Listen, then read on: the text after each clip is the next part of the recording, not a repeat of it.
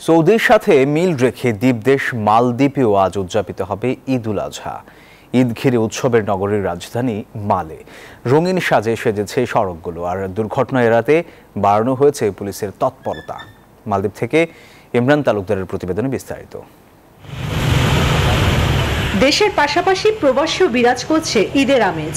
মালদ্বীপের রাজধানী মালে বসবাসরত প্রবাসী বাংলাদেশিরা ঈদকে কেন্দ্র করে শেষ মুহূর্তের প্রস্তুতি নিচ্ছে। দেশের স্বজনদের অর্থ পাঠানো থেকে শুরু করে নিজেদের জন্য কেনাকাটা সহ ঈদের ছুটির দিনে বিভিন্ন আইল্যান্ডে ঘুরতে যাওয়ার প্রস্তুতিও শেষ করেছেন তারা। বাংলাদেশের হোটেল ও রেস্তোরাঁগুলোতে ঈদ উল আজহা উপলক্ষে জিলাপি ও হালিম সহ বাহারি রকমের মিষ্টান্ন জাতীয় দেশীয় রেসিপি থাকছে। সবার সাথে ঈদ করব, এই আনন্দ নিয়ে দেশে যাচ্ছি, খুব ভালো লাগতেছে। ফ্যামিলির সবাইকে বাজার করার জন্য ও টাকা পাঠিয়েছি এবং আমি নিজের জন্য কিছু কেনাকাটা করার জন্য এখানে এসেছি। দেশে না যেতে পারলেও আমরা দেশের মানুষের জন্য, ফ্যামিলির জন্য আমরা টাকা পয়সা পাঠাই দিয়েছি। আবার অনেকে প্রবাসী বন্ধু বান্ধব ও রুমের সদস্যরা মিলে নিজেরাই করছেন রান্নার আয়োজন। যারা আবার দেশে যাচ্ছে তাদের কাছে পরিবার নিয়ে ঈদ করার আনন্দ অনুভূতি জাগছে। যদিও আমরা প্রবাসে, মনটা কিন্তু বাড়িতে।